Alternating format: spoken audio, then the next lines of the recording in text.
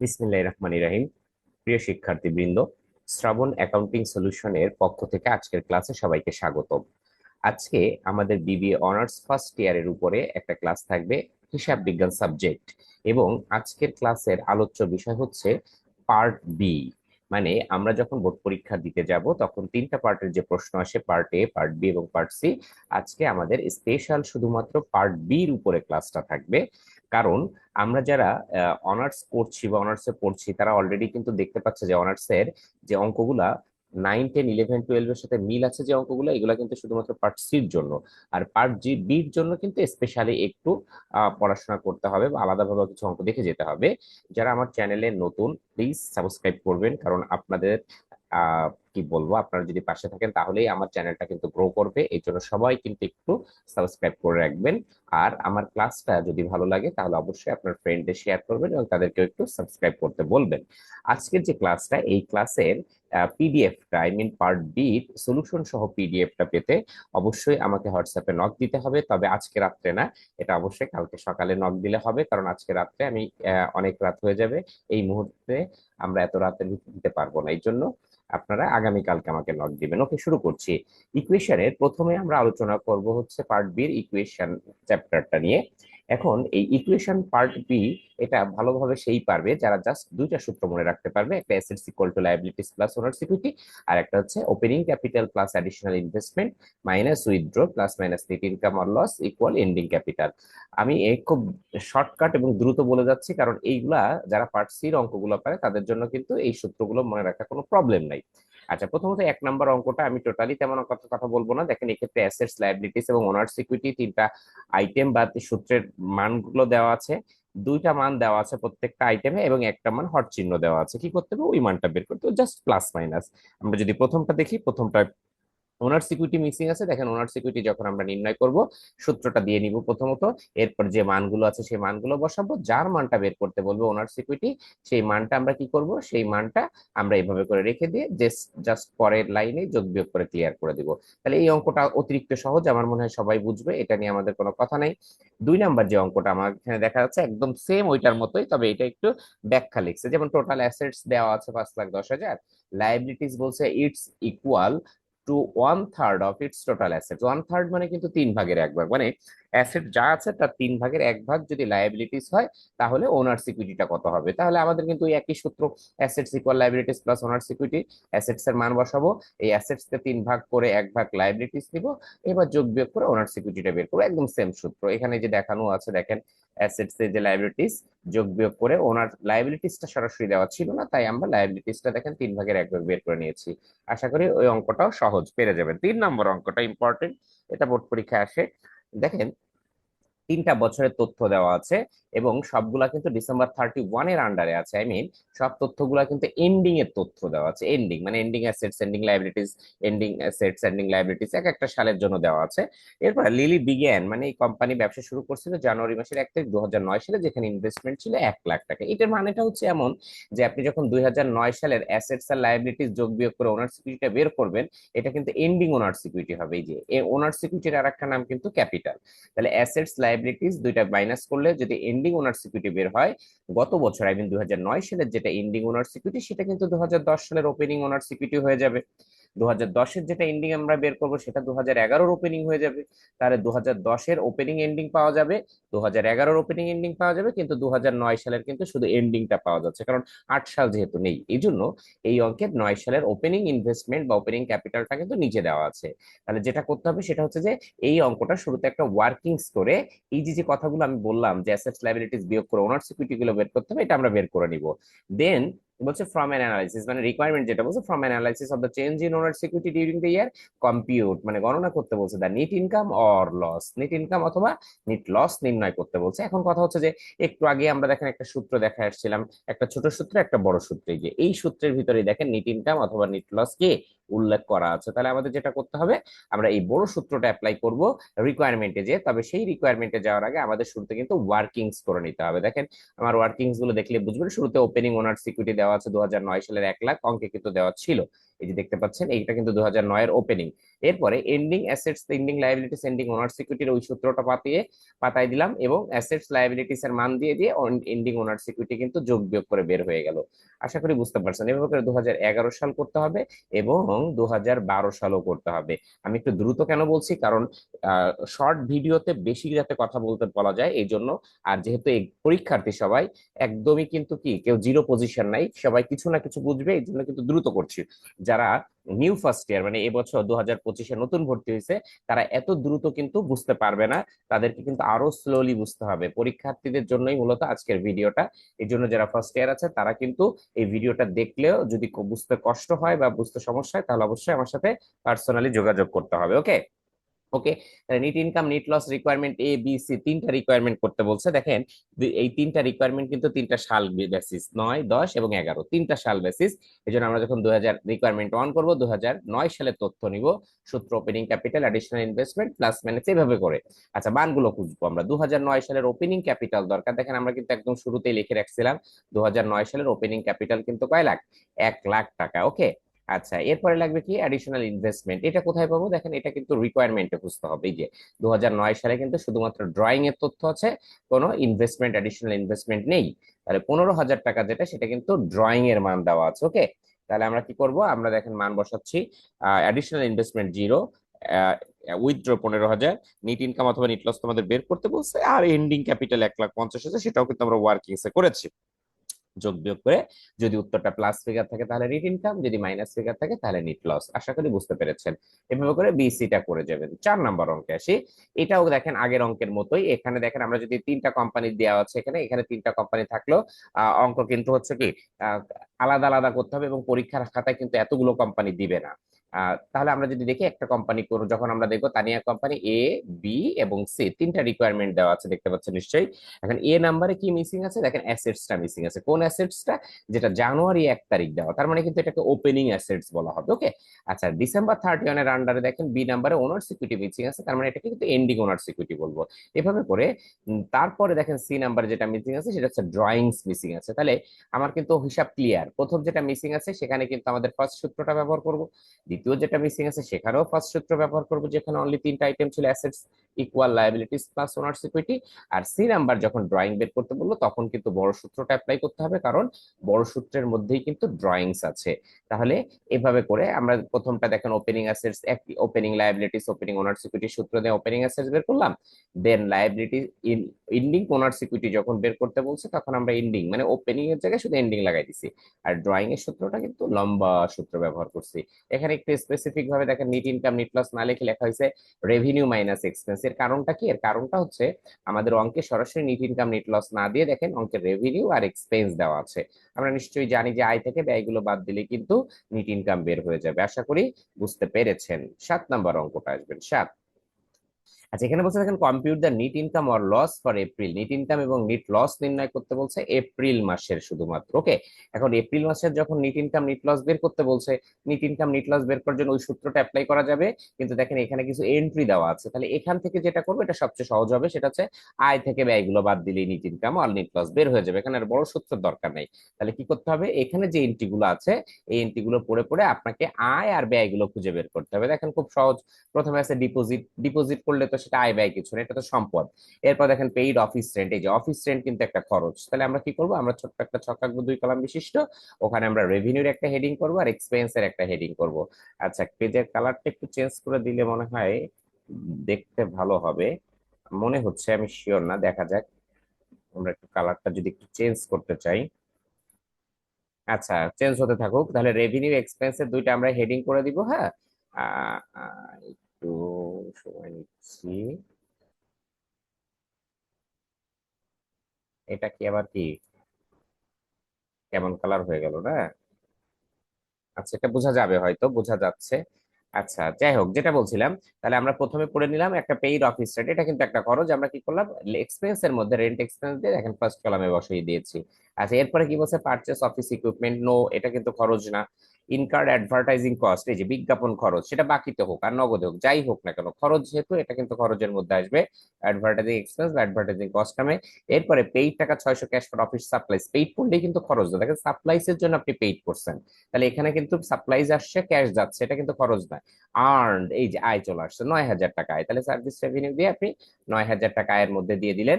এরপরে আপনি খুঁজেন উইথড্র, এটা কোনো খরচ না, বা বিগত তারিখের যে টাকাটা পেইড হয় এটাকেও খরচ বলে না। এরপরে স্যালারিস এক্সপেন্স হয়েছে কিন্তু 1200, যোগ বিয়োগ করে নেট ইনকাম ক্লোজ করে দিলে হয়ে যাবে। আচ্ছা 6 নম্বর অঙ্কটায় আসি, 6 নম্বর অঙ্ক। আচ্ছা 6 নম্বর অঙ্কটা যদি দেখি, দাগ নাম্বার একটু এলোমেলো আছে, সেটা নিয়ে প্রবলেম না, প্রবলেম হচ্ছে অঙ্কগুলো আপনার জানতে হবে, হ্যাঁ। আচ্ছা, এখানে দেখেন রিকোয়ারমেন্ট হচ্ছে প্রিপেয়ার 2015 ওনার্স ইকুইটি স্টেটমেন্ট, মনে রাখতে হবে এই স্টেটমেন্ট যখন করতে বলো তখন কিন্তু আপনার ছকের মধ্যে করতে হবে, অবশ্যই ছক আঁকতে হবে, হ্যাঁ। তবে এই ওনার্স ইকুইটি স্টেটমেন্ট করতে গেলে আপনার যে আইটেম গুলো লাগবে সেটা এখান থেকে বের করতে হবে। শুরুতে দেখেন লিগ্যাল সার্ভিস রেভিনিউ আছে, টোটাল এক্সপেন্স আছে, তার মানে এই দুইটা যোগ বিয়োগ করলে কিন্তু নেট ইনকাম বের হয়। আচ্ছা তার আগে ওনার্স ইকুইটি স্টেটমেন্টে কি কি আইটেম লাগবে সেগুলো যদি আমরা দেখি, দেখেন জাস্ট 4টা আইটেম থাকে ওনার্স ইকুইটি স্টেটমেন্টে। প্রথমত opening capital, net income, additional ইনভেস্টমেন্টও থাকবে যদি অঙ্কে থাকে, এরপরে ড্রয়িং, দেন এন্ডিং ক্যাপিটাল। এই 4টা আইটেম, এই 4টা আইটেম যদি আমরা পেয়ে যাই তাহলে আমাদের ওনার্স ইকুইটি স্টেটমেন্ট করা কিন্তু সহজ হয়ে যাবে। ওকে, তাহলে আমরা খুঁজি। প্রথমত লিগাল সার্ভিস রেভিনিউ আছে, টোটাল এক্সপেন্স আছে, তাহলে আয় থেকে ব্যয় বাদ দিলে নিট ইনকাম বের হয়ে যাবে, আমাদের কিন্তু নিট ইনকামটা দরকার ছিল। এরপরে অ্যাসেটস আছে, লায়াবিলিটিস আছে জানুয়ারি মাসে, তার মানে এখান থেকে কিন্তু ওপেনিং বের করা সম্ভব। ওপেনিং অ্যাসেটস, ওপেনিং লায়াবিলিটি যোগ বিয়োগ করে কিন্তু ওপেনিং ওনার্স ইকুইটি আপনি বের করতে পারবেন। দেন অ্যাসেটস আছে December 31, লায়াবিলিটিস আছে December 31, এখান থেকে কিন্তু এন্ডিং ওনার্স ইকুইটি বের করা যাবে বা এন্ডিং ক্যাপিটাল বের হবে।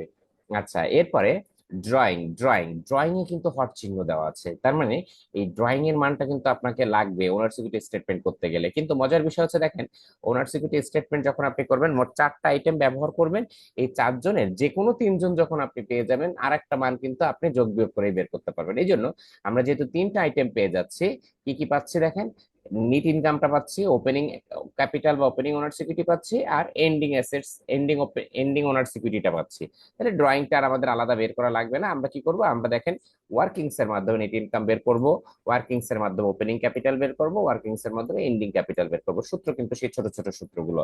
আচ্ছা এই মানগুলো যখন বসাবো, শুরুতে ওপেনিং ক্যাপিটালটা বসালাম, এর সাথে নেট ইনকামটা যোগ করলাম, আর ড্রয়িংটা কিন্তু ফাঁকা থাকবে, ড্রয়িং এখানে ডাবল দাগ পড়বে না, এখানে একটা দাগ পড়বে, ড্রয়িং কিন্তু ফাঁকা থাকবে, হ্যাঁ। আচ্ছা ড্রয়িং ফাঁকা থেকে আমরা এন্ডিং ক্যাপিটাল বসাই দিব, দেখেন আমরা কিন্তু এন্ডিং ক্যাপিটাল 83,000 বের করছিলাম। এবার এই 83,000 আর এই উপরের যে 1,62,000, এই দুইটা বিয়োগ করার পর দেখেন আপনাদের ড্রয়িংটা বের হয়ে যাবে। আশা করি বুঝতে পেরেছেন। 6 নম্বর অঙ্কে আসি, এখানে বলছে এখানে ওনার সিকিউরিটি স্টেটমেন্ট করতে বলছে, তার মানে একই অঙ্ক দুইবার চলে আসছে, থাক এটা আমরা নিচ্ছি না, একই অঙ্ক দুইবার চলে আসছে। আচ্ছা এর পরের অঙ্কটায় যাচ্ছি আমরা, পরের অঙ্কটায়। আচ্ছা এখানে দেখেন, এখানে কি, হ্যাঁ এখানে একটু নতুনত্ব আছে। আচ্ছা এখানে রিকোয়ারমেন্টে বলছে দেখেন মিস্টার খানস নেট ইনকাম বের করতে বলছে আর অ্যাসার্টেন বিগিনিং ক্যাপিটাল। আচ্ছা এটা একটু বলে দিই, যদি কখনো কোনো কিছু বিগিনিং তথ্য বের করতে বলে, তাহলে বিগিনিং কোনো কিছু বের করতে গেলে আমরা অবশ্যই একটা রেওয়া মিলের মাধ্যমে বের করব। রেওয়া মিল, রেওয়া মিলের ভিতরে যে ক্যাপিটালটা থাকে তাকে কিন্তু বিগিনিং ক্যাপিটাল বলা হয়। ওকে, তাহলে ওটা পরে, আগে নেট ইনকামে আসি। দেখেন তথ্য যা যা দেওয়া আছে এখানে, দেখেন আয় দেওয়া আছে, রেভিনিউ এবং এক্সপেন্স দেওয়া আছে, তাহলে আমরা জানি আয় থেকে ব্যয় বাদ দিলেই নেট ইনকাম বের হয়ে যায়। তবে এখানে একটা স্পেসিফিক ভাবে দেখেন একটা সম্পদের নাম দেওয়া আছে স্থায়ী সম্পদ, এবং সেটার নাম ইকুইপমেন্ট। এবং ইকুইপমেন্ট দেখেন দুইটা ইকুইপমেন্ট, একটা একটা ইকুইপমেন্টের দুইটা দাম দেওয়া আছে, একটা অরিজিনাল কস্ট আর একটা দেখেন মার্কেট ভ্যালু। মনে রাখতে হবে যদি কখনো স্থায়ী সম্পত্তির দুইটা দাম দেওয়া থাকে তাহলে এখানে কিন্তু একটা খরচের কথা নির্দেশ করছে। তার মানে আমরা যখন মার্কেট থেকে কিনে নিয়ে আসছিলাম তখন 1.5 লাখ টাকা ছিল, আর এখন এর অরিজিনাল কস্ট হয়ে আসছে 1,20,000। তাহলে কি হলো ব্যাপারটা, মাঝখানে যে 30,000 টাকা, এই টাকাটা কিন্তু আমাদের অবচয় বা ডেপ্রিসিয়েশন হয়ে গেছে। স্বাভাবিকভাবে যখনই ডেপ্রিসিয়েশন হবে এটাও কিন্তু একটা খরচ, যার জন্য আমরা যখন এক্সপেন্স দেখাবো শুধু 1,40,000 না, বরং এর সাথে আরো 30,000 যোগ করে আমাদের কিন্তু মোট 1,70,000 টাকা কিন্তু আমরা এক্সপেন্স দেখাবো। এই 30,000 কিন্তু আমাদের কিসে থেকে আসছে, ডেপ্রিসিয়েশন থেকে আসছে, ঠিক আছে। ওকে, এরপরে আমরা যখন বিগিনিং ক্যাপিটাল নির্ণয় করবো তখন দেখেন আমরা জাস্ট একটা ট্রায়াল ব্যালেন্স করেছি। এই ট্রায়াল ব্যালেন্স যখন করব অ্যাজ ইউজুয়াল পোস্টিং, যেভাবে আমরা পোস্টিং দিব, এখানে কি কি দেওয়া আছে দেখেন, প্রথমে রেভিনিউ দেওয়া আছে, তাহলে ক্রেডিট সাইডে দিবেন দেওয়া মিলের, এক্সপেন্স আছে debit, accounts payable credit, cash in hand credit, দুঃখিত, ডেবিট। এরপরে যে স্থায়ী সম্পদ আছে এই দুইটা যে কোনো একটা মান নিতে হবে এবং সেটা ছোট টাকাটা নিতে হবে। আর 2 টাকার মাঝখানে যে ব্যবধানটা সেটাকে আমরা ডেপ্রিসিয়েশন নামে পোস্টিং দিব। নোটস পেয়েবল কে ক্রেডিট করব, supplies on hand K debit করব। এভাবে করে ডেবিট ক্রেডিট সব পোস্টিং দেওয়ার পর আমরা ডেবিট গুলো আগে যোগ করব, কারণ ক্যাপিটাল কিন্তু ক্রেডিট দিকে বসে। ওকে, তাহলে ডেবিট গুলো যোগ করার পর তার থেকে ক্রেডিট সাইডের যোগফলটা বিয়োগ করলে যে উত্তরটা বেরোবে সেটাকেই বলবো কি ক্যাপিটাল। তাহলে বের করার সিস্টেমটা আশা করি বুঝতে পেরেছেন। 10 নম্বর অঙ্কটা দেখবো আমরা। 10 নম্বর অঙ্কে দেখেন একটা ইকুয়েশন, হিসাব সমীকরণের একটা ছক করে দিছে, একটা অঙ্ক করে দিছে, সলিউশন করে দিছে। আর রিকোয়ারমেন্টে বলছে ডিসক্রাইব ইচ ট্রানজেকশন। তার মানে এই যে যে অঙ্কটা করে দিছে এখান থেকে আপনাকে প্রশ্ন তৈরি করতে হবে, মানে এন্ট্রি তৈরি করতে হবে। এখানে আমি একটু ক্লিয়ার করি, যদি এই অঙ্কটা পার্ট বিতে আসে তাহলে নিশ্চয়ই পার্ট সি তো একটা ইকুয়েশন আসবে। ওই ইকুয়েশনের যে এন্ট্রিগুলো সেখান থেকে আপনি কি বুঝে বুঝে বা এই এন্ট্রিগুলোর সাথে মিলে এমন এন্ট্রিগুলার কিন্তু আপনি ওই ভাষাগুলো ব্যবহার করতে পারবেন। ওই ভাষাগুলো ব্যবহার করতে পারবেন। যেমন প্রথমে আমরা ক্যাশ প্লাস করছি আর ক্যাপিটাল প্লাস করছি, রিমার্কস দিছে দেখেন ইনভেস্টমেন্ট। তাহলে কি হলো, আমরা নগদ 15,000 টাকা বিনিয়োগ করছি, তাহলে কি লেখা যেতে পারে, ইনভেস্টেড ইন ক্যাশ টাকা 15,000। ভাষা দেখেন আপনার মতো করে হলেই হবে, তবে আপনি যে ভাষাটা দিবেন ওই ভাষাটা যেন পোস্টিং যেন মিলে যায়। যেমন এখানে ক্যাশ থেকে মাইনাস, তার মানে ক্যাশ কিন্তু চলে গেছে। আর ফার্নিচারে প্লাস হওয়া মানে ফার্নিচার আসছে। ফার্নিচার কখন আসে, যখন আমরা ক্রয় করি। তাহলে দেখা যাচ্ছে কি লেখা যেতে পারে, পারচেস ফার্নিচার অন ক্যাশ টাকা 1,000। এটা যদি দিলে হয়ে যাচ্ছে। আর একটা এন্ট্রি যদি বলি দেখেন, অ্যাকাউন্ট রিসিভেবল প্লাস, তার মানে নিশ্চয়ই এটা একটা বাকিতে একটা টাকা আসছে, এবং ক্যাপিটালে প্লাস দিয়ে রিমার্ক দিছে সার্ভিস রেভিনিউ। তার মানে আমরা 500 টাকার সেবা দিছি এবং সেটা কিন্তু বাকিতে। তাহলে কি লেখা যেতে পারে, রেন্ডার্ড সার্ভিস বা কমপ্লিটেড সার্ভিস অন অ্যাকাউন্ট টাকা 500। আশা করি আমার যেটা বললাম এটা বুঝতে পেরেছেন। তাহলে ভাষাগুলো কিভাবে হবে আমাদের এখানে অবশ্যই সলিউশন দেওয়া আছে, দেখে নিতে হবে। আর কোনো এন্ট্রিটা বুঝতে অসুবিধা হলে আমাকে কিন্তু হোয়াটসঅ্যাপে নক দিতে পারবেন।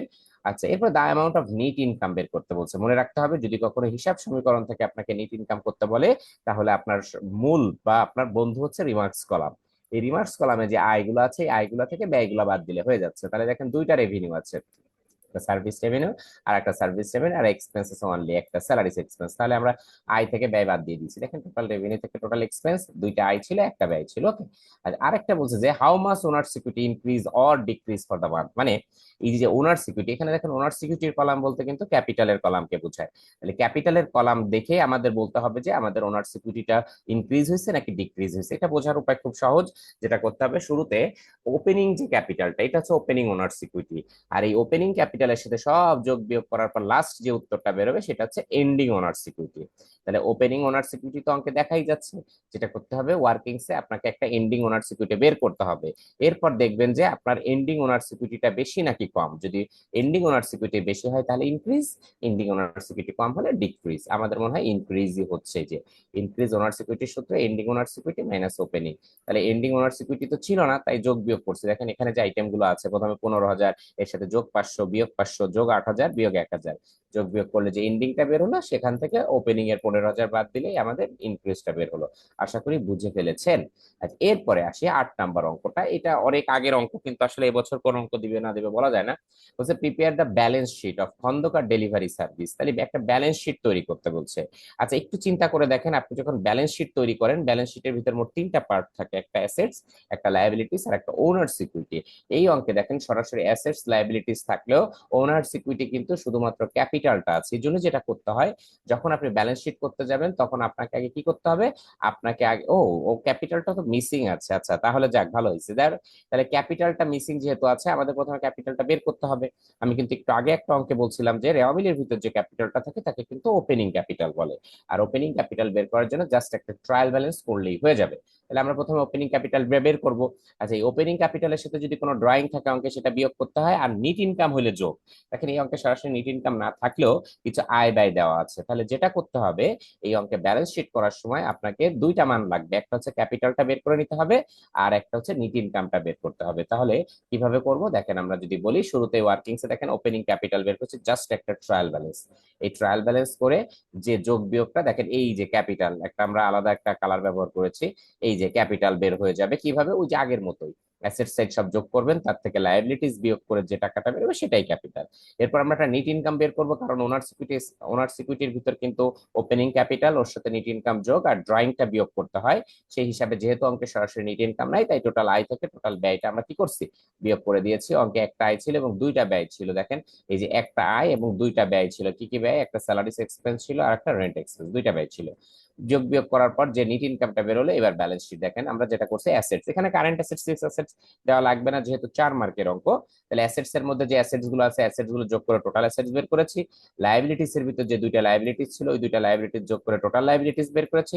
এবং ওনার সিকিউরিটির ভিতরে দেখেন ওপেনিং ক্যাপিটাল এবং নেট ইনকাম যোগ করেছি, যদি ড্রয়িং থাকতো সেটা বিয়োগ করে দিতাম, যোগ বিয়োগ করলে আশা করি মিলে যাবে।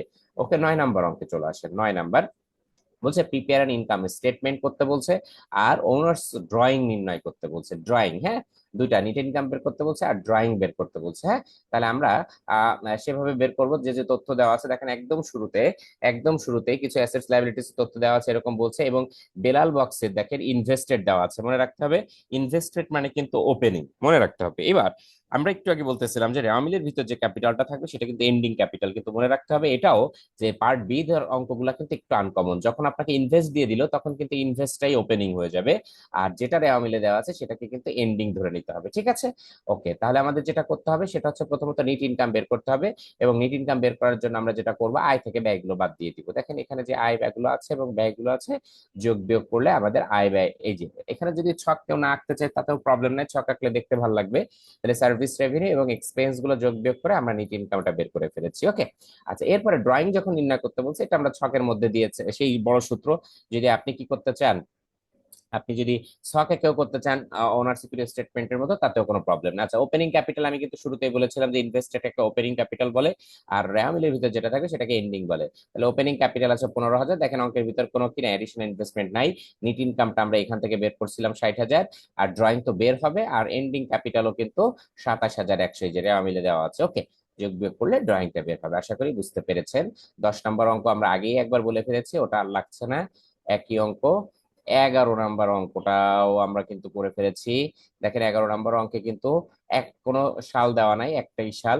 বলছে যে বিগিনিং অফ দ্য ইয়ারের অ্যাসেটস আছে লায়াবিলিটিস আছে, এন্ড অফ দ্য ইয়ারের অ্যাসেটস আছে লায়াবিলিটিস আছে। তার মানে কি অ্যাসেটস ও বিগিনিং এন্ডিং বিয়োগ করলে আমরা ওপেনিং ওনার সিকিউরিটি পেয়ে যাব, এন্ডিং এর ক্ষেত্রে এন্ডিং ওনার সিকিউরিটি পেয়ে যাবো। এরপর বলছে যে ডিটারমাইন্ড পিজারো কোম্পানির নিট ইনকাম বের করতে বলছে, নিচের কয়েকটা মেথড দিছে। তাহলে নিট ইনকাম যখন আপনি বের করবেন তখন ওই লম্বা সূত্রটা ব্যবহার করে যাবেন, এই যে লম্বা সূত্র, যে যে মানগুলো আছে রিকোয়ারমেন্ট অনুযায়ী সে মানগুলো বসাবেন। যেমন প্রথমটা কোনো ইনভেস্টমেন্ট নাই, অ্যাডিশনাল উইথড্র নাই। ওকে, তারপরটা ইনভেস্টমেন্ট নাই কিন্তু উইথড্র আছে। আশা করি অঙ্কটা পেরে যাবেন। ওকে, জেনারেল জার্নাল থেকে আসলে পার্ট বির অঙ্ক তেমন আসে না, ইকুয়েশন থেকে পার্ট বির অঙ্ক আসে, কিন্তু জেনারেল জার্নাল যদি আসে কি আসতে পারে দেখেন, journalize the transaction and post the transaction using the standard account form. তার মানে আপনাকে জাবেদা করতে বলছে এবং স্ট্যান্ডার্ড অ্যাকাউন্ট ফর্মে কি করতে বলছে, খতিয়ান। যদি কখনো কোনো রিকোয়ারমেন্টে পোস্ট করতে বলে, অ্যাকাউন্ট তৈরি করতে বলে, তাহলে সেগুলোকে খতিয়ান বলে। স্ট্যান্ডার্ড অ্যাকাউন্ট ফর্ম মানে হচ্ছে আপনি আধুনিক যে পদ্ধতিতে আছে, মানে টি সক করা যাবে না, এটা চলমান জের সক করতে হবে, সেটা আপনি 3 কলাম বা 4 কলাম যা করবেন সেটাই হয়ে যাবে। আচ্ছা, এই জায়গার যে এন্ট্রি গুলো একদমই বাচ্চা এন্ট্রি, এটা আমি আসলে এখন করতে চাচ্ছি না।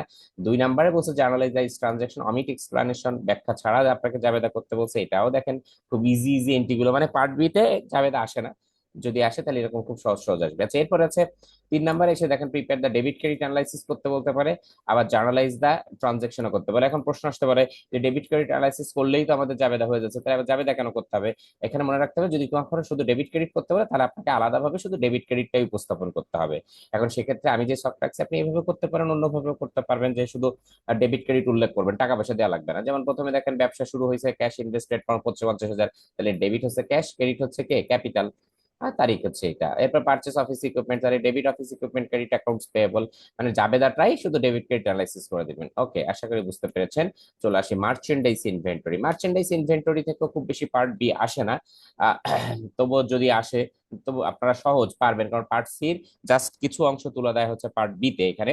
আচ্ছা, এখানে আমি জাস্ট বোঝানোর সাথে বলা হয়েছে যে পিরিয়ডিক সিস্টেমে যেখানে ক্রয়ের ক্ষেত্রে পারচেজ শব্দগুলো ব্যবহার হয়, পারপেচুয়ালে সেই জায়গাটা মার্চেন্টাইজ হয়ে যাবে, আর বিক্রয়ের ক্ষেত্রে সেলস এর একটা যাবে হলে পারপেচুয়ালে সেলস এর দুইটা যাবে, এটা বলছে। আচ্ছা, ফার্স্ট অঙ্কে বলছে যে record the transaction general journal periodic system, এটা আপনারা পারবেন, আমি এটা নিয়ে আলোচনা করব না, মূলত অ্যাডজাস্টমেন্ট থেকে কিছু অঙ্ক আলোচনা করব দ্রুত। আচ্ছা, এই এই ধরনের অঙ্কটা আসতে পারে, এখানে দেখেন কলাম আছে 5 কলাম বিশিষ্ট ছক, তবে এই অঙ্কটা এই ধরনের অঙ্ক কিন্তু আরেকটু বেশি কলাম বিশিষ্ট ছকও কিন্তু আসতে পারে। যেমন দেখা যাচ্ছে যে বলে দিল সেলস আছে, সেলস রিটার্ন আছে, নিট সেলসটা বের করো, এরকম বলতে পারে। এরপর ওপেনিং ইনভেন্টরি আছে, পারচেস আছে, এন্ডিং ইনভেন্টরি আছে, বললো কস্ট অফ গুডস সোল্ড বের করো। আর লাস্টে দেখো দেখা যাচ্ছে যে বললো যে কি গ্রস প্রফিট নির্ণয় করো। তাহলে এক্ষেত্রে কিন্তু তখন কিন্তু অনেকগুলা সূত্র হয়ে যাবে। এই জায়গায় জাস্ট হচ্ছে কি দুইটা সূত্র ব্যবহার করলে হয়ে যাবে, এখানে যদিও তিনটা সূত্র দেওয়া আছে। Sales minus cost of goods sold যদি বিয়োগ করি আমরা গ্রস প্রফিট পাওয়া যাবে। ও এই যে আমি দেখেন যে কথাগুলো বলতেছিলাম সেই কথাগুলো কিন্তু এখানে দেওয়া আছে। তাহলে সেলস থেকে কস্ট অফ গুডস সোল্ড বাদ দিলে কি বের হয়ে যাবে, গ্রস প্রফিট হয়ে যাবে। আচ্ছা, গ্রস প্রফিট থেকে অপারেটিং এক্সপেন্স যখন বিয়োগ করবো তখন নিট ইনকাম হয়ে যাবে। মানে এই অঙ্কে জাস্ট এই 2 নাম্বার আর 3 নাম্বার সূত্র করলেই হয়ে যাবে। তবে এখানে আরো একটা সূত্র আসতে পারে, সেটা হচ্ছে কি প্রশ্নের ধরন অনুযায়ী, আমি প্রশ্নের আমার যেটা আছে সেখানে মাত্র নিচের দুইটা হলেই হয়ে যাবে। আর একটা সূত্র আসতে পারে হচ্ছে যে যে ওইটা ওপেনিং ইনভেন্টরি মানে কস্ট অফ গুডস সোল্ড বের করার যে সূত্রটা, ঠিক আছে। ওপেনিং ইনভেন্টরি এর সাথে প্লাস করতে হবে কাকে, পারচেস, এর সাথে প্লাস করতে হবে পারচেস, মাইনাস করতে হবে এন্ডিং ইনভেন্টরি, হ্যাঁ, এন্ডিং ইনভেন্টরি মাইনাস করলে যে উত্তরটা বেরোবে সেটার নাম কিন্তু কস্ট অফ গুডস সোল্ড বের হবে। এটাও লাগতে পারে, তখন কলাম অনুযায়ী সেভাবে নির্ণয় করবেন, হ্যাঁ। আচ্ছা, এটা আপনার সলিউশন দেখলেই বুঝতে পারবেন যে প্রথমে দেখেন সেলস এর মান আছে, গ্রস প্রফিট এর মান আছে, তাহলে কস্ট অফ গুডস সোল্ড বের করতে হবে। এই যে আমরা কোন সূত্রটা ব্যবহার করব, এই যে 2 নাম্বার সূত্রটা ব্যবহার করছি, দেখেন net sales minus cost of goods sold equal to gross profit, মান বসায় উল্টাই দিলে হয়ে গেল। ওকে।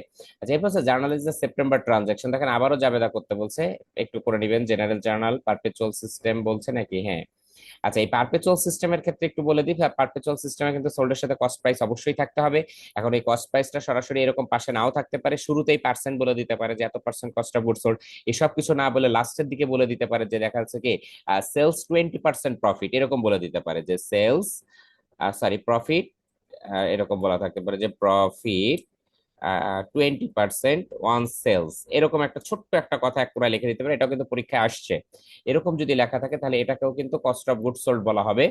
কিভাবে, প্রফিট যদি সেলস এর উপর 20% হয় তাহলে 80% হবে হচ্ছে কি কস্ট অফ গুডস সোল্ড, ঠিক আছে। তাহলে এক্ষেত্রে প্রত্যেকটা সেলস এর উপর আপনি 80% করলে কস্ট অফ গুডস সোল্ড বের হয়ে যাবে, আশা করি বুঝেছেন। আচ্ছা, এরপরে যেটা আছে ফিফো লিফো মেথডে কিন্তু আপনাকে কি এখানে অঙ্ক আসতে পারে, পারপেচুয়াল মেথডেই আসতে পারে, ফিফো লিফো মেথডে কস্ট অফ গুডস সোল্ড, সেক্ষেত্রে জাস্ট একটা ছক এঁকে কস্ট অফ গুডস সোল্ডটা বের করতে হবে। ফিফো লিফো মেথডে কোনো প্রবলেম মনে হয় নাই, এই জন্য আমি এটাকে ডিটেলস আলোচনা করছি না। আচ্ছা, 5 নাম্বার এই অঙ্কটা আসতে পারে। আচ্ছা, এই অঙ্কে বলছে দেখেন বলছে from the following particular calculate cost of goods sold, কি কি মান আছে, beginning inventory, ending inventory, purchase return, purchase discount অ্যানালাইস, ফ্রেটিং, এই মানগুলো দেওয়া আছে। এখান থেকে আপনাকে কস্ট অফ গুডস সোল্ড, যে সূত্রটা লিখছিলাম যে কস্ট অফ গুডস সোল্ড বের করার সূত্র হচ্ছে মূলত দুইটা, একটা সেলস মাইনাস গ্রস প্রফিট আর একটা হচ্ছে কি ডিটেলস সূত্র। আমাদের এই সূত্রটা অ্যাপ্লাই করতে হবে কারণ অঙ্কের ভিতর দেখেন বিগিনিং ইনভেন্টরি, এন্ডিং ইনভেন্টরি এগুলো দেওয়া আছে। আচ্ছা, ওটা দেখে নিবেন, যোগ বিয়োগ করে কস্ট অফ গুডস সোল্ড হয়ে যাবে। আচ্ছা, এখানে এই যে অনেকগুলো আইটেমের যেটা সেটা আসছে, কিন্তু এখানে আরো আইটেম থাকতে পারে, কিন্তু আমি বলছিলাম এখানে এই নিট সেলস এর পরে কস্ট অফ গুডস সোল্ড সরাসরি না দিয়ে দেখা যাচ্ছে ওপেনিং ইনভেন্টরি প্লাস পারচেস এইগুলো দেওয়া থাকতে পারে। তাহলে এক্ষেত্রে যে সূত্রগুলো অ্যাপ্লাই করতে হবে, দেখেন এখানে 3টা সূত্র দেওয়া আছে, যোগ বিয়োগ করে বের করে নেবেন। আমি একটু দ্রুত বলছি কেন, আপনারা নিশ্চয়ই বুঝতে পারছেন যে আমরা কম সময়ের ভিতরে বেশি অধ্যায়। স্পেশাল জার্নাল থেকে পার্ট বির অঙ্ক তেমন আসে না, এটা হচ্ছে একটু ফালতু ফালতু আমার কাছে মনে হয়, এখান থেকে কোনোদিন কিছু আসে না। তারপর যে অঙ্কগুলো দিচ্ছে একটু দেখে নিবেন, যদি কোথাও সলিউশনে সমস্যা হয় তাহলে আমাকে হোয়াটসঅ্যাপে নক দিলেই হবে, হ্যাঁ।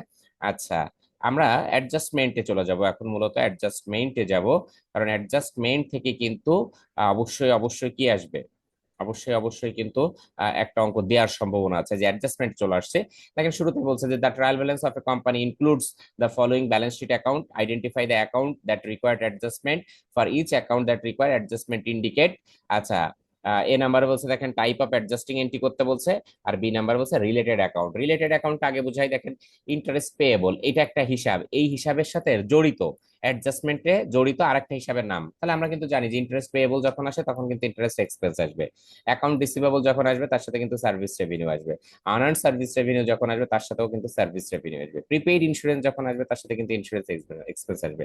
তার মানে রিলেটেড অ্যাকাউন্টস কোনটা, এই হিসাবের সাথে কোন হিসাবটা জড়িত তাই। আচ্ছা, এরপর হচ্ছে the type of adjusting entry, মানে এই যে যাবে আমরা করলাম যে interest expense debit, interest payable credit, এটা কোন টাইপের অ্যাডজাস্টমেন্ট মনে রাখতে হবে।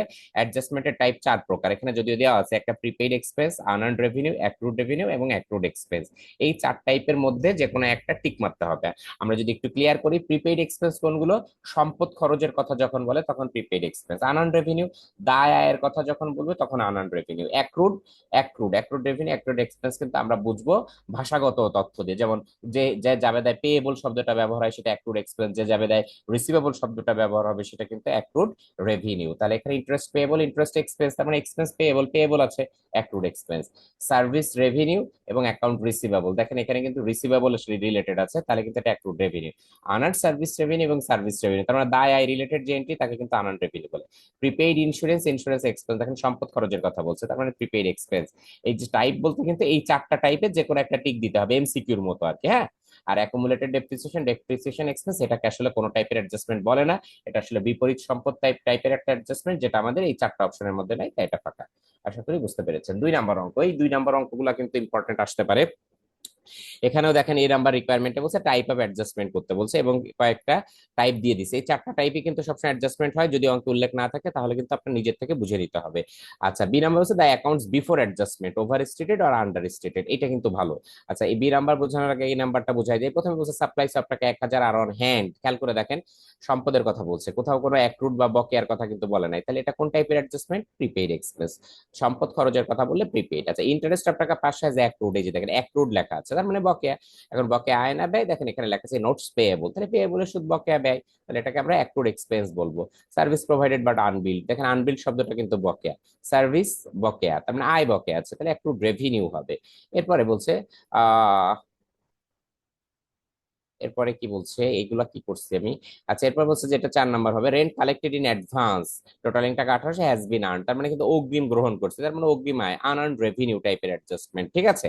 আচ্ছা, তাহলে আমরা যেভাবে উপস্থাপন করবো এইভাবে সিরিয়াল নাম্বার দেবো, এটা রিকোয়ারমেন্ট এ, এটা রিকোয়ারমেন্ট বি, এক ছকে দিলেই হয়ে যাবে। আমরা হচ্ছে কি রিকোয়ারমেন্ট এটা করলাম, কোনটা কোন টাইপের অ্যাডজাস্টমেন্ট। এইবার ঝামেলাটা বাঁধবে রিকোয়ারমেন্ট বি তে, দেখুন বলছে দ্য অ্যাকাউন্টস বিফোর অ্যাডজাস্টমেন্ট, ভালোভাবে খেয়াল করতে হবে। মানে আপনাকে একটা হিসাব দেখাতে হবে, হিসাবটা কি ওভার স্টেটেড মানে বৃদ্ধি পেয়েছিল নাকি আন্ডার স্টেটেড কমে গেছিল, এটা দেখাতে হবে কখন, বিফোর অ্যাডজাস্টমেন্ট মানে অ্যাডজাস্টমেন্ট করার পূর্বে। আচ্ছা, এখানে আমি যে উদাহরণটা দিই সেটা হচ্ছে যে কোনো কিছুর পূর্বের পূর্বের কথা বলতে গেলে আগে পরের কথাটা জানতে হয়, কারণ পরের কথা যা হবে পূর্বের কথা তার উল্টা হবে। কেমন, ধরেন আমি ভাত খেয়েছি, তাহলে ভাত খাওয়ার পরের মুহূর্তটা কি অবস্থা, পেট ভরা, তার মানে ভাত খাওয়ার পরে যদি পেট ভরা থাকে আগের কথা বললে তার ঠিক উল্টা হবে, তার মানে কি পেট খালি ছিল।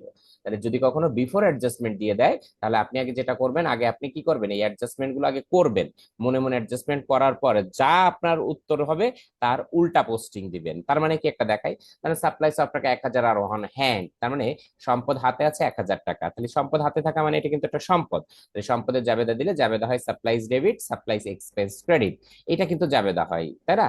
সাপ্লাইজ ডেবিট আর সাপ্লাইজ এক্সপেন্স কিন্তু ক্রেডিট, তাই না, এটা জাবেদা হয়। এখন জাবেদা করার পরে কি ঘটনা ঘটলো, দেখেন সাপ্লাইজ ডেবিট হওয়া মানে কিন্তু অ্যাসেটস বৃদ্ধি পেয়েছে, সম্পদ বৃদ্ধি পেয়েছে, তার মানে অ্যাসেটস ওভার স্টেটেড হয়েছে মানে ইনাদের ভাষা অনুযায়ী। আর সাপ্লাইজ এক্সপেন্স মানে কিন্তু এক্সপেন্স কমে গেছে, খরচ কমে গেলে কিন্তু আন্ডার স্টেটেড ক্রেডিট হয়। তাহলে জাবেদা করার পর সম্পদ বাড়ছে আর খরচ কমে গেছে। আমাদের বলছিল যে অ্যাকাউন্টস বিফোর অ্যাডজাস্টমেন্ট মানে সমন্বয় করার পরের কথা না আগের কথা বলবেন, তাহলে মনে রাখতে হবে সমন্বয় করার পরে যা হবে আমরা তার ঠিক উল্টা লিখবো। তাহলে কেমন, প্রথমে 1 নম্বরে দেখেন আমরা অ্যাসেটস এবং এক্সপেন্স দিয়েছি, অ্যাসেটস ওখানে ওভার স্টেটেড ছিল তাই এখানে আন্ডার স্টেটেড লিখছি, এক্সপেন্স ওখানে আন্ডার স্টেটেড ছিল তাই ওভার স্টেটেড লিখছি, মানে জাবেদা করার পর যা হবে আমরা তার উল্টা কথা লিখবো যেহেতু বিফোর বলছে। এরপরে দেখেন interest expense debit payable credit, তাহলে এক্সপেন্স ডেবিট হওয়া মানে কিন্তু এক্সপেন্স বৃদ্ধি পেয়েছে, আর পেয়েবল মানে লায়াবিলিটিস, লায়াবিলিটিস ক্রেডিট হওয়া মানে কিন্তু লায়াবিলিটিসও বৃদ্ধি পেয়েছে।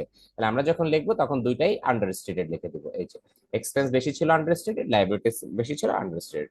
আশা করি বুঝতে পেরেছেন। এরপরেও যদি বুঝতে অসুবিধা হয় অবশ্যই আমাকে হোয়াটসঅ্যাপে নক দিবেন। 3 নম্বর অঙ্কটা হুবহু এক, দেখে নেবেন। 4 নম্বরটা কিন্তু ইম্পর্টেন্ট।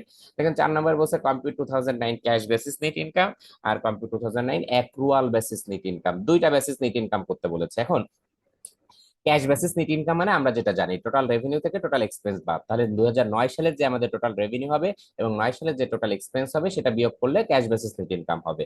আর অ্যাক্রুয়াল বেসিস নেট ইনকাম মানে হচ্ছে বকেয়া ভিত্তিক নেট ইনকাম, এবং এই বকেয়া ভিত্তিক নেট ইনকাম বের করার জন্য আপনাকে একটা সূত্র মনে রাখতে হবে। সূত্রটা কি, আচ্ছা চলতি বছরের যে মোট আয় বা চলতি বছরের যে মোট ব্যয়, এই চলতি বছরের যে আয় বা ব্যয় আছে এর সাথে চলতি বছরের যদি কোনো বকেয়া থাকে সেটা যোগ করবেন, আর বিগত বছরের যদি কোনো বকেয়া থাকে সেটা বিয়োগ করে যে উত্তরটা বেরোবে সেটাই হবে অ্যাক্রুয়াল।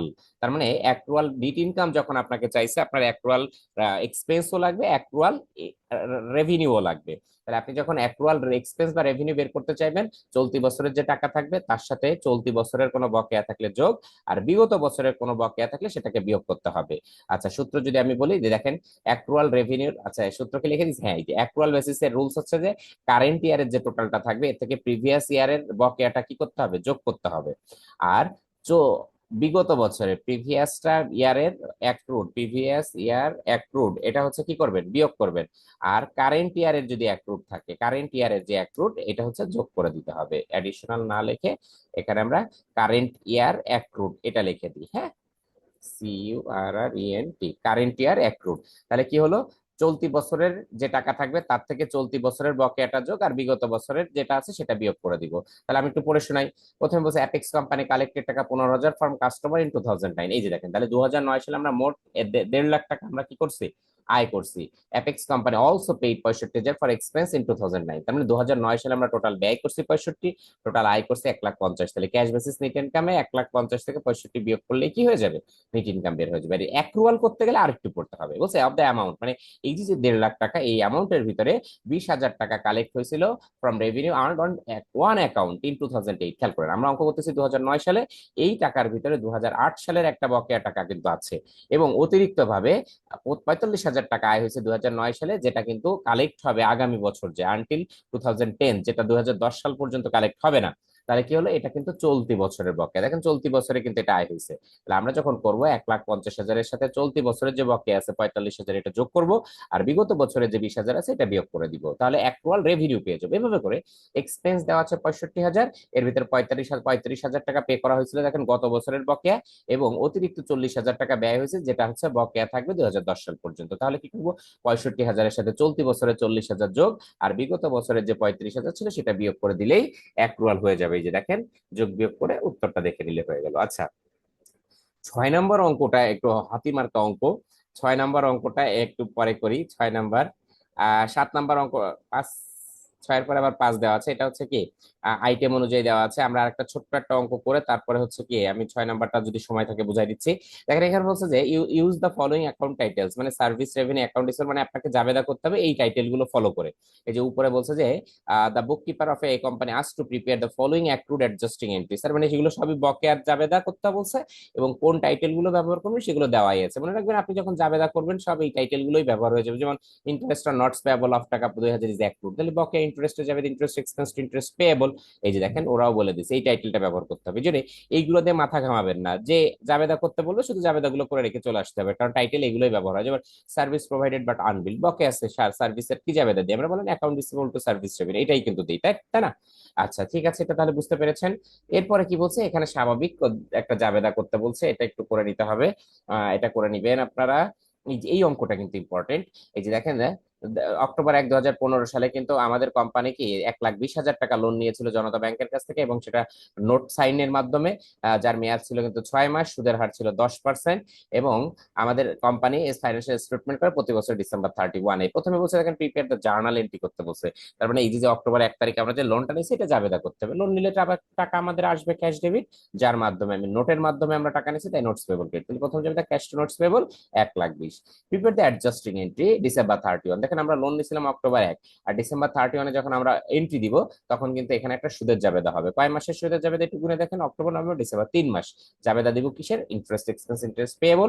টাকা বসানোর সময় এই 1,20,000-এর উপরে 10% করবো। মনে রাখতে হবে যে কোনো পার্সেন্ট সবসময় 12 মাসের জন্য বেরোয়, এখানে 6 মান্থ এটা কিন্তু কোনো ম্যাটার করবে না। তাহলে 1,20,000-এর উপর 10% করলে যা বের হবে আপনি এটাকে কিন্তু 12 দিয়ে ভাগ দিবেন, আর গুণ দিবেন 3, মানে অক্টোবর নভেম্বর ডিসেম্বর এই 3 মাস দিয়ে গুণ দিবেন, কারণ এখানে এই 6 মাস কিন্তু নোটের মেয়াদ, সুদের মেয়াদ না। আচ্ছা, এরপর যখন আপনার ম্যাচুরিটি হয়ে যাবে, মানে এই যে 6 মাস পূর্ণ হয়ে যাবে, তখন আপনাকে আরেকটা জাবেদা দিতে বলছে। তাহলে এখানে যখন আমি জাবেদা দিব তখন কিন্তু আমাদের যে জাবেদাটা হবে সেটা হচ্ছে যে শুধুমাত্র কিন্তু নোটের টাকা পরিশোধ করবো না, আমাদের কিন্তু সাথে সাথে কি ইন্টারেস্টও দিতে হবে। আচ্ছা, এখানে একটা ব্যাপার আমি ক্লিয়ার করে দিতে চাই, সেটা হচ্ছে যে ইন্টারেস্ট যখন দিব তখন কিন্তু আমাদের ইন্টারেস্ট দুইটা ইয়ার বেঁধে যাচ্ছে। কেন? অক্টোবর, নভেম্বর, ডিসেম্বর 2015 সালে 3 মাস বাড়তেছে, আবার জানুয়ারি, ফেব্রুয়ারি, মার্চ 2016 সালের কিন্তু 3 মাস বাড়তেছে। এখন এই দুইটা মেয়াদের টাকাকে, একটু আগেই বলছিলাম যে পূর্বের কোনো টাকা যদি হয় সেটাকে কিন্তু বকেয়া বলা হয়, আর চলতি বছরের যদি কোনো টাকা হয় সেটাকে কিন্তু এক্সপেন্স বলা হয়, এক্সপেন্স। তাহলে আমরা যেটা করব সেটা হচ্ছে আমরা এখানে, যদিও আমি এখানে ইন্টারেস্ট পেয়েবল দিয়ে দেখাইছিলাম, কিন্তু এটা আমরা কি করব, ইন্টারেস্ট এক্সপেন্সও দেখাবো। ইন্টারেস্ট এক্সপেন্স এটা দেখালে কোনো ধরনের কোনো ঝামেলা থাকবে না। ইন্টারেস্ট পেয়েবল দেখাবো 3 মাস মানে 3,000 টাকা, আর ইন্টারেস্ট এক্সপেন্সও দেখাবো কত টাকা, 3,000 টাকা।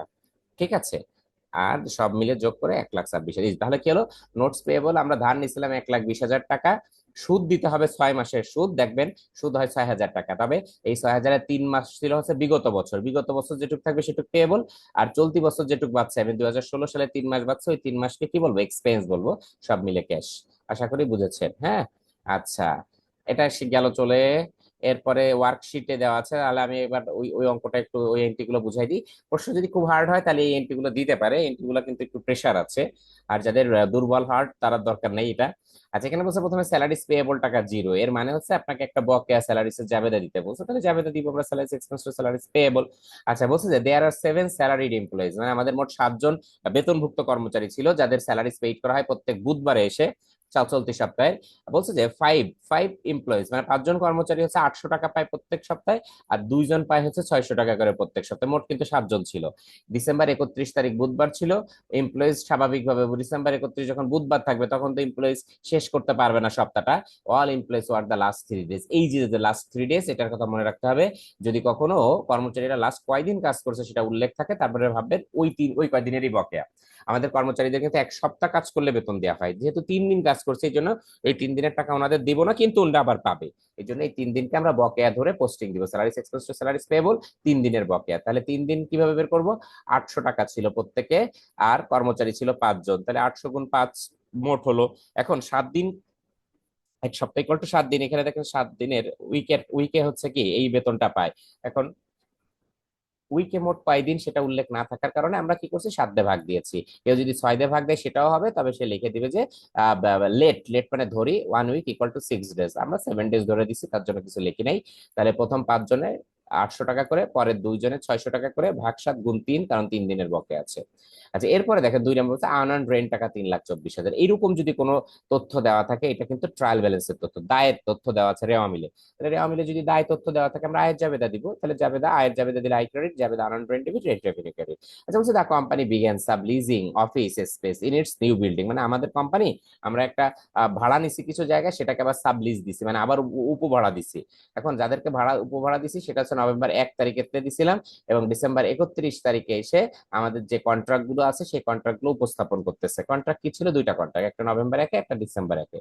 প্রথম কন্ট্রাক্ট ছিল 6 মাসের জন্য, প্রত্যেক মাসে 4,000 টাকা করে, এবং নাম্বার অফ লিজ ছিল মোট 5টা, এরকম কন্ট্রাক্ট ছিল 5টা। এবং ডিসেম্বর 1 তারিখে 6 মাসের জন্য 8,500, লিজ ছিল 4টা। তাহলে আমরা যেহেতু এখানে দেখেন আনআর্নড রেন্ট দিয়ে ধরে জাবেদা দিয়েছি, এখানে কিন্তু আমরা আয়ের জাবেদা দিছি। তাহলে আমরা প্রথম কন্ট্রাক্টে আয় কত মাস হবে, দেখেন নভেম্বর ডিসেম্বর 2 মাস, আর পরের কন্ট্রাক্টে কত হবে, ডিসেম্বর মাসটা শুধু 1 মাস। তাহলে ওয়ার্কিং দেখেন এই 4,000 টাকা কিন্তু মান্থলি ছিল, 1 মাসের ছিল। তাহলে 4,000 টাকা যদি 1 মাসের হয়, প্রথম কন্ট্রাক্টের কিন্তু আমাদের আয় হয়েছে 2 মাস। তাহলে আমরা কি করবো, 4,000 গুণ 2 দিব, এবং মোট লিজ ছিল 5টা, এক একটা লিজে যদি 4,000 গুণ 2 মানে 8,000 টাকা হয়, তাহলে 5টা লিজে কত হবে সেটা বের করতে হবে। তাহলে ওয়ার্কিংস আছে 4,000 গুণ 2 মানে 2 মাস, গুণ 5, 5 মানে 5টা লিজ, এভাবে করে 8,500 গুণ 1 মানে 1 মাস, লিজ ছিল 4টা, 4 দেখুন। ওকে, তারপরে 3 নম্বর, এই যে এখন প্রিপেইড অ্যাডভার্টাইজিং দেওয়া আছে, তার মানে কিন্তু এটা কিন্তু ট্রায়াল ব্যালেন্সের তথ্য দেওয়া আছে। তাহলে সম্পদ, সম্পদ থাকলে খরচের জাবেদা, জাবেদা হবে advertising expense debit, prepaid advertising credit. এখানেও দেখেন দুইটা কন্ট্রাক্ট ছিল, এবং এই কন্ট্রাক্ট গুলো দেখেন লাগছে প্রোভাইড ফর মান্থলি অ্যাডভার্টাইজিং, তার মানে যে কয়টা বিজ্ঞাপন আমাদের শো করবে অঙ্কে, সেই কয়টা কিন্তু মান্থলি হবে। যেমন এই অঙ্কে দেখেন এই যে নাম্বার অফ ম্যাগাজিন ইস্যু হয়েছে 12টা, তার মানে 12টা বিজ্ঞাপন দিছি আমরা। প্রত্যেকটা বিজ্ঞাপনের মেয়াদ কত, দেখেন মান্থলি 1 মাস, তার মানে 12টা ম্যাগাজিনের 12 মাস মেয়াদ প্রথম কন্ট্রাক্ট। পরেরটা হচ্ছে 24 মাস, তার মানে